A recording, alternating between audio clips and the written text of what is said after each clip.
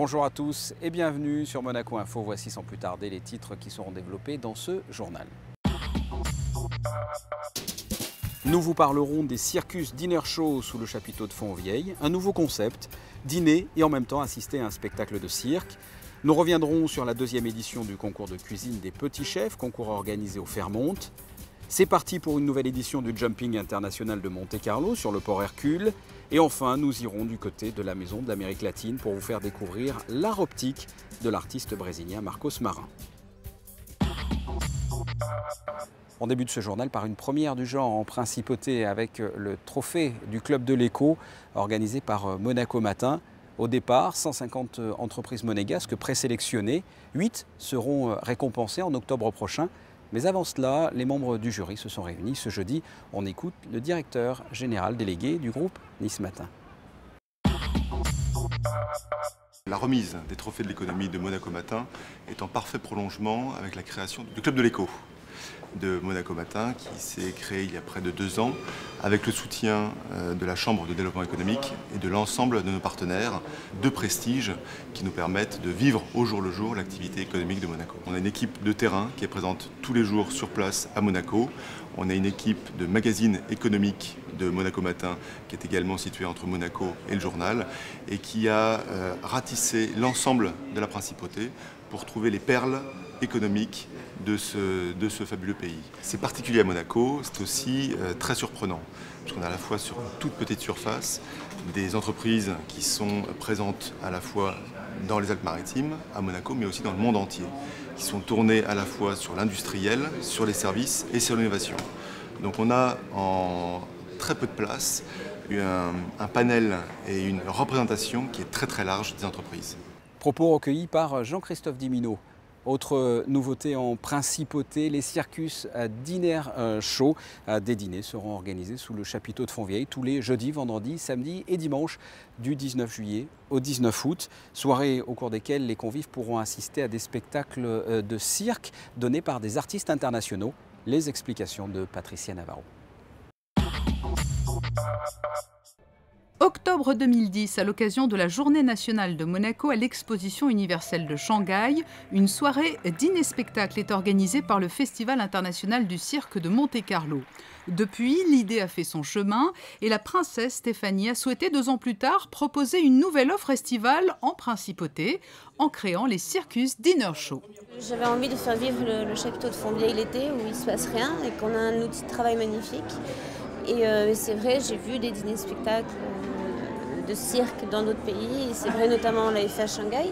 Et je trouvais que c'était une bonne idée pour faire vivre un peu le chapiteau et l'espace Fontvieille l'été. En plus, je pense que c'est une clientèle totalement différente et je pense qu'on va avoir beaucoup de succès auprès des gens qui sont là en vacances et qui n'ont peut-être pas l'occasion d'être là en janvier, de voir le festival et de quand même avoir la magie du chapiteau de Fontvieille avec un spectacle à l'intérieur. Et je crois que on touche un peu des gens qui, peut-être l'hiver, n'ont pas l'occasion d'être là et ils sont là l'été et ont envie de voir un spectacle de cirque. Et je crois que vraiment c'est quelque chose qui n'existe pas dans notre région et je souhaite le plus grand des succès. Voilà. Chaque jeudi, vendredi, samedi et dimanche, entre le 19 juillet et le 19 août, le chapiteau de Fontvieille abritera donc des dîners-spectacles, un concept qui va associer gastronomie et cirque. Le Fairmont Monte-Carlo aura pour mission de préparer les plats, dont certains rappelleront d'ailleurs l'univers du cirque, à l'image de ce fraisier caché dans un nez rouge de clown au chocolat. C'est quelque chose qui, pour nous, est très, privilégié. Et on y tient énormément à continuer dans cette relation qui existe depuis maintenant quelques temps. Surtout qu'avec toutes les différentes opérations et manifestations qu'on a fait aujourd'hui, soit entre le palais, le mariage princier et d'autres ça démarque quelque part que oui, que Fairmont Monte-Carlo a son rôle à jouer aujourd'hui dans la principauté. Philippe Jeunesse qui vient de nous joindre il n'y a pas très longtemps, d'ailleurs 3 mois. Aujourd'hui, c'est lui qui a préparé tout le côté gastronomique de l'opération. C'est quelqu'un qui est extrêmement, évidemment, doué par rapport à ça, mais aussi beaucoup d'expérience due de son passé. Et c'est quelqu'un qui va, évidemment, faire tout le nécessaire pour que ça soit un très grand succès. Les artistes qui se produiront sous le chapiteau lors de ces dîners-spectacles sont tous de renommée internationale. Nombre d'entre eux ont participé par le passé au prestigieux Festival international du cirque. Il y aura des clowns, des acrobates, des jongleurs, de l'illusion pour que la magie du cirque trouve un nouveau prolongement à Monaco, la même où se sont écrites les plus belles pages de l'histoire du cirque.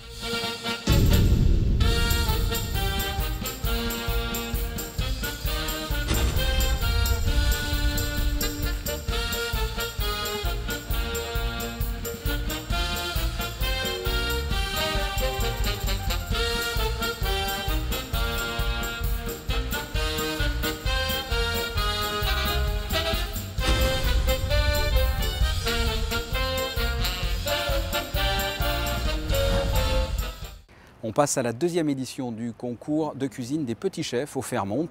C'est un partenariat entre cet hôtel et la direction de l'Éducation nationale de la jeunesse et des sports. Frédéric Elion a assisté à la finale du Challenge 2011-2012. Reportage. Il y avait comme un air de Masterchef à l'hôtel Fairmont, dans la peau des candidats de l'émission télévisée, une cinquantaine d'élèves des classes de l'école des Révoirs et du cours Saint-Maur. Les enfants ont découvert les cuisines du Fairmont et ont pu travailler avec les chefs de l'établissement. Cette opération des petits chefs au Fairmont, donc c'est un concours de cuisine, c'est la grande finale aujourd'hui. On a eu la chance d'accueillir ces élèves depuis le mois de septembre en fait. Ils sont venus à peu près une fois tous les 3 mois. Et donc ils ont travaillé avec chaque école, enfin chaque classe a travaillé avec un chef différent. Donc ce sont des chefs de l'hôtel qui leur ont fait un menu et ils ont travaillé tous ensemble. Les élèves étaient divisés en 4 groupes, chacun a concocté un menu différent avec une entrée, un plat et un dessert.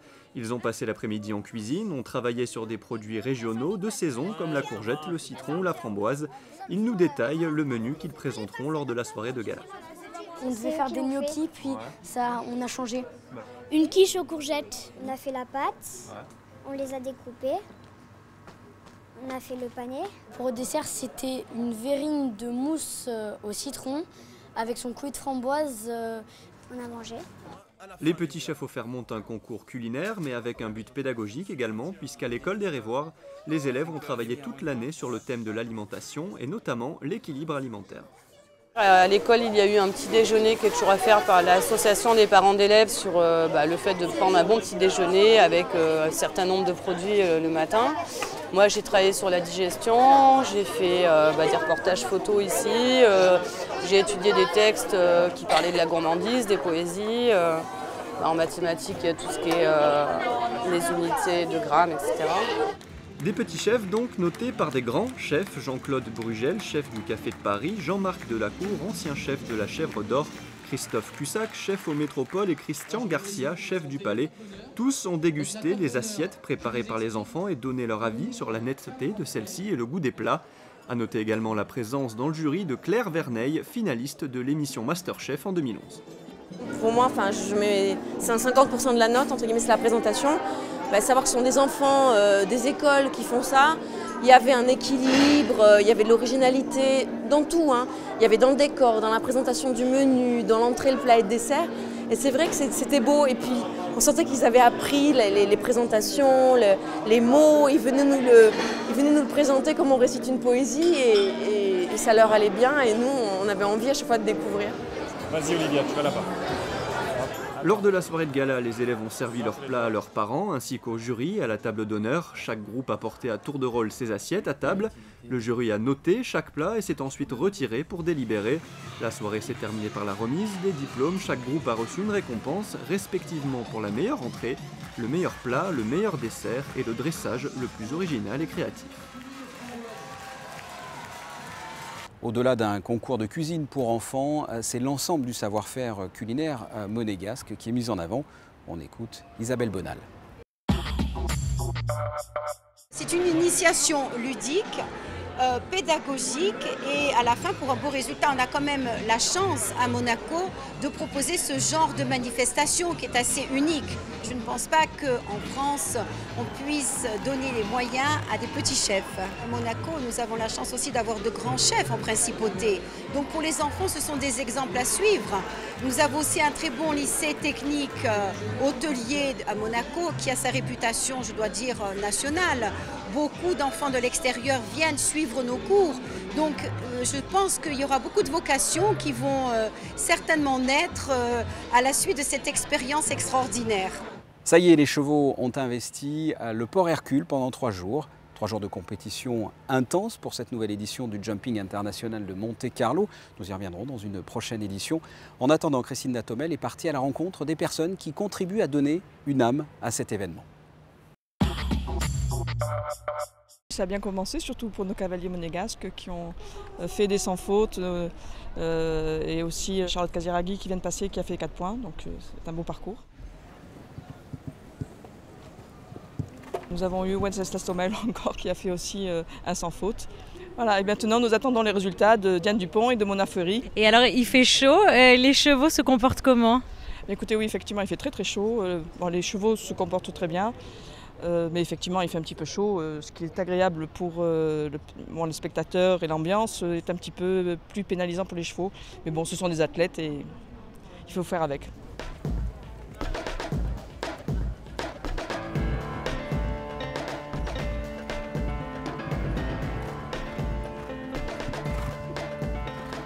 C'est la 2e fois que je participe au Jumping de Monaco. C'est la première fois par contre avec ma jument, je viens de la voir récemment. C'est une jeune jument de 7 ans. Elle a très peu d'expérience, donc je suis très contente d'elle. Elle a très bien fait. J'ai fait 2 fautes, mais je suis quand même contente. Et on verra bien ce qu'elle va faire ce week-end. C'est une chance inouïe que Monaco nous offre de pouvoir participer à un tel concours. Ce n'est pas tous les jours qu'on peut faire un si beau concours. Donc oui, pour moi, c'est une chance de pouvoir faire ce concours. Et avec la Fédération de la Principauté de Monaco. Vous êtes la voix de ce jumping, un jumping qui s'annonce sous quels auspices? Chaud, chaleur, très chaud. Le choc thermique pour tous ceux qui viennent du nord de l'Europe, sachez-le, est assez important. Mais on a tous besoin de faire le plein de lumière et de chaleur. Non, Monte-Carlo, c'est... En plus, je crois que cette année, ça va être vraiment après le jumping de Cannes il y a 15 jours, c'est un peu vraiment le lancement de la tournée estivale. Et honnêtement, on est vraiment ravis d'avoir cette température-là. Pour les chevaux, ça va peut-être être un petit peu plus dur, parce que là, il fait vraiment très chaud.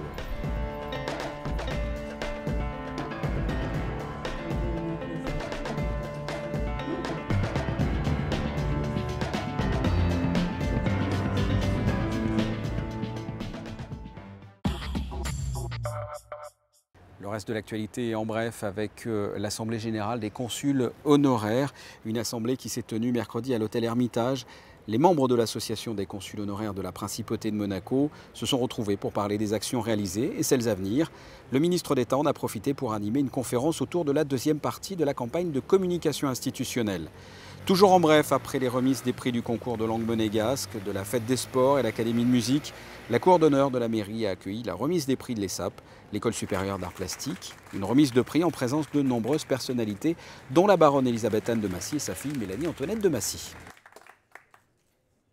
On reste dans le domaine de l'art et on prend la direction de la Maison de l'Amérique latine avec l'exposition de Marcos Marin. Cet artiste brésilien est un maître de l'art optique. Marcos Marin propose ici une rétrospective de son travail sur ces 10 dernières années. Marion Calviera est allée à sa rencontre.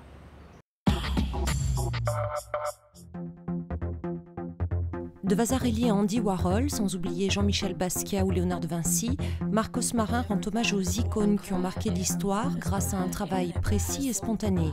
Sa griffe psychédélique est empreinte de lignes toniques et vivifiantes.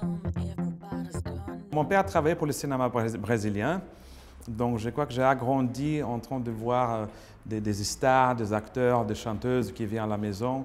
Et j'avais beaucoup d'admiration pour ces gens-là. Et je voulais être un peu pareil. Et c'est à cause de cette admiration que je pense que mon art elle sert à faire hommage à ces gens.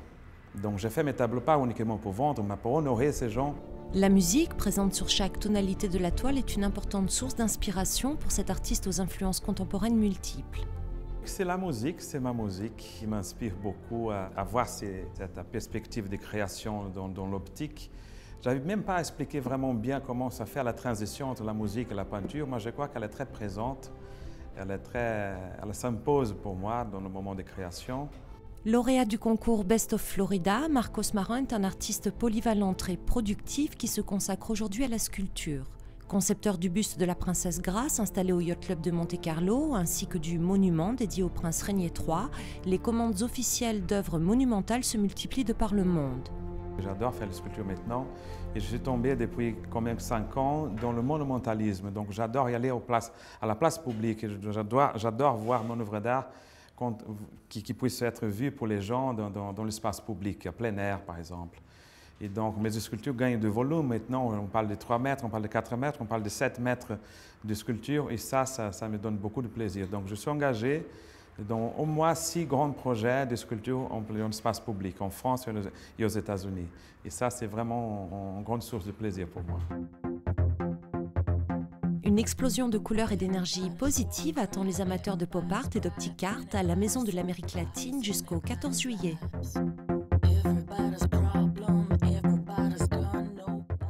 Voilà ce que l'on pouvait dire de l'actualité du jour. Quel temps fera-t-il cette fin de semaine? Eh bien voici la météo. Vendredi, un large soleil à peine gêné par quelques nuages accrochés au montage-gel. Les températures varieront entre 23 et 28 degrés. Samedi, le prolongement de la période de temps sec, toujours très ensoleillé de 24 à 29 degrés. Dimanche, la chaleur devrait être de plus en plus lourde et le soleil un peu plus hésitant. Les températures de 25 à 28 degrés. Et enfin lundi, un temps toujours lourd avec quelques nuages orageux. Les températures devraient être identiques de 25 à 28 degrés. Ce journal est terminé, on se quitte en images et en musique. Nous avions suivi les élèves de l'Académie de danse Princesse Grace lors d'une répétition. On les retrouve à l'occasion de leur soirée de gala à la salle Garnier. Et juste après, vous pourrez suivre un large extrait d'une dizaine de minutes de l'émission Jungle Fight. Toute l'équipe de Radio Monaco était autour de la princesse Stéphanie à Carpentras à l'occasion des 2 ans de la Maison de Vie. À très bientôt. Au revoir.